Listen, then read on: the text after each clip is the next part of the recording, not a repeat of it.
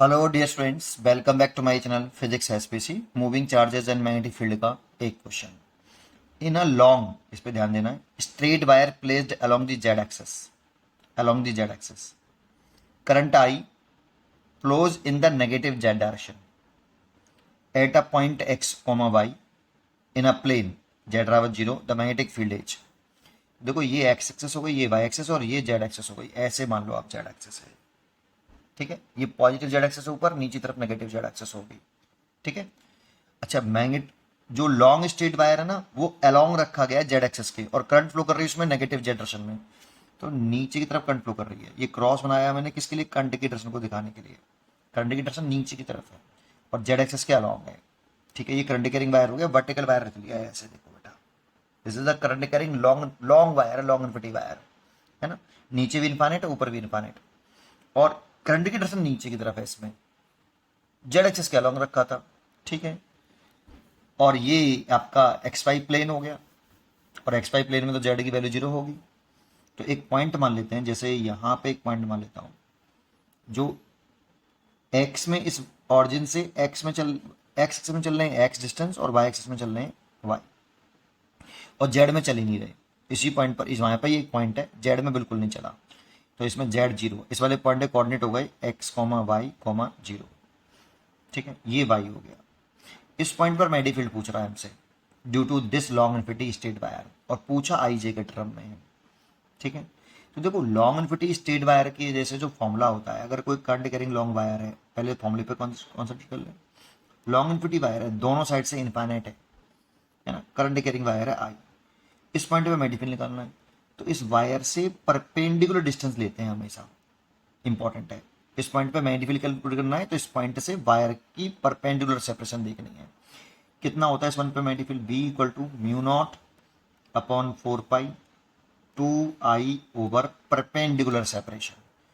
2 से 2 कैंसिल कर सकते हो आप, तो ऐसे भी लिख देते हैं mu 0 I upon 2 pi r. इतना मैग्नेटिक फील्ड होता है सर।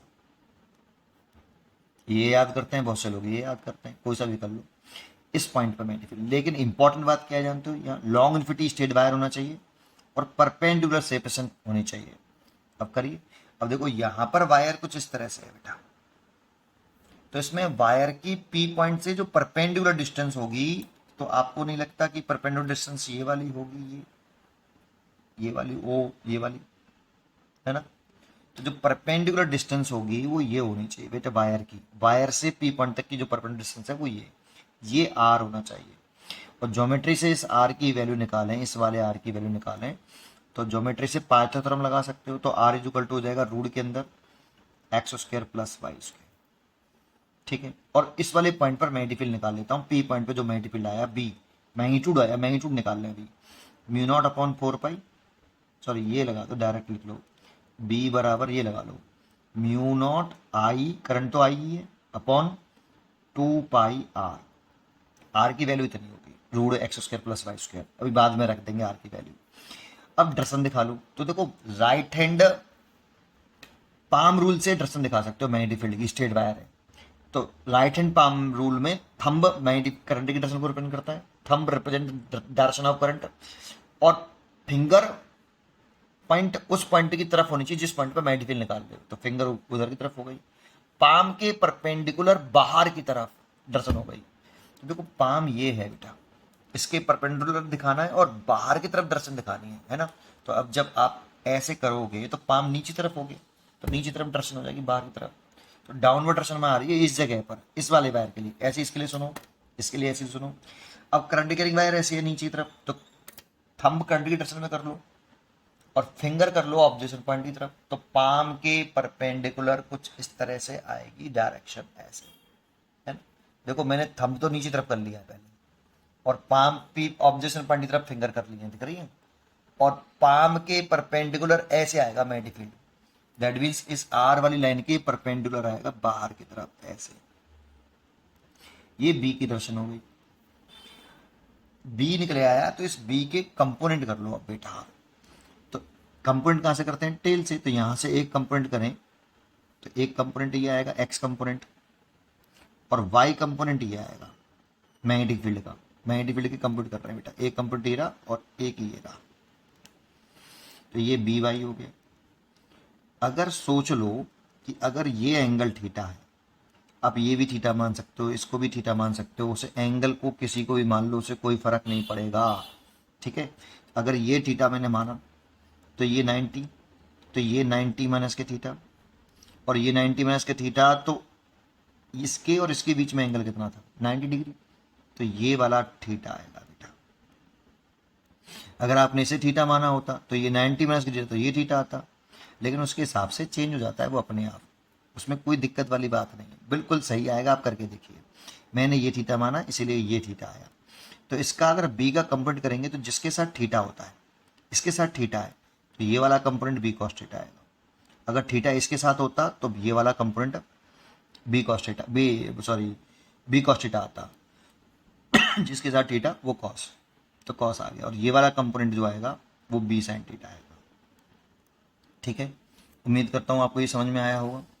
अब बी वेक्टर की वैल्यू लिखना चाहें तो बी वेक्टर क्या होता है, एक्स कंपोनेंट के साथ आई कैप आता है बेटा, ये एक्स कंपोनेंट है मैग्नेटिक फील्ड का, आई कैप आएगा, क्योंकि ये पॉजिटिव एक्स एक्सिस में है इसीलिए unit vector positive i cap आएगा।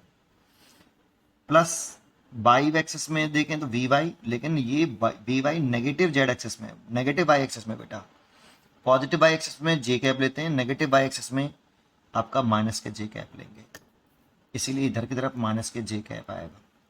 ये फॉर्मूला आपने पढ़ा होगा, ये X component of magnetic field, ये Y component of magnetic field, है ना, और ये बी वेक्टर रिजल्टेंट वेक्टर, ठीक है। अब बी एक्स की वैल्यू लिखें तो बी एक्स की वैल्यू तो मैंने लिख रखी है बी साइन थीटा आई कैप, और बी माइनस आगे ले लो, बी वाई की वैल्यू लिख रखी है बी कॉस थीटा जे के।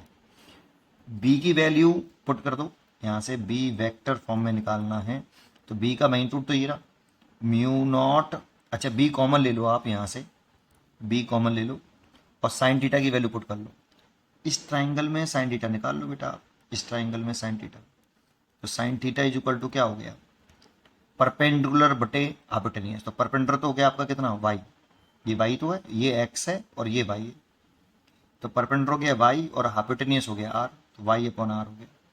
और कॉस थीटा निकालें इसी इस ट्राइंगल में, इसी ट्राइंगल में, तो बेस हो गया एक्स और हाइपोटेनियस हो गया आर, यहाँ पे पुट कर दो, बी कॉमन ले लिया, साइन थीटा की वैल्यू कितनी है y upon r i cap, और इसकी वैल्यू है आपकी बी तो कॉमन ले लिया, कॉस थीटा की वैल्यू है एक्स अपॉन आर जे के।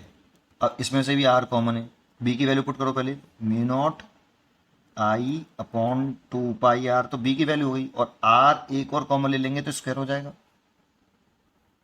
और बचा कितना यहाँ Y I cap minus X जे के, और यहाँ पे आर की वैल्यू और पुट कर दो बेटा, mu not I over 2 pi, r तो मैंने लेट किया था बेटा, था नहीं, एक्स और वाई था, तो आर की वैल्यू ये थी, तो आर की वैल्यू अगर पुट करेंगे स्क्वायर हो रहा है तो रूट हट जाएगा, तो आएगा कितना X square plus Y square bracket में Y I cap minus X J cap, इतना मैग्नेटिक फील्ड आएगा वेक्टर फॉर्म में ये,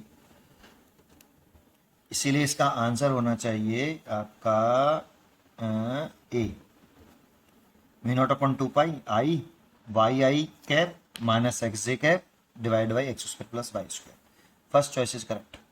उम्मीद करता हूँ कि आपको ये जरूर समझ में आया होगा, पढ़ते रहिए और खुश रहिए।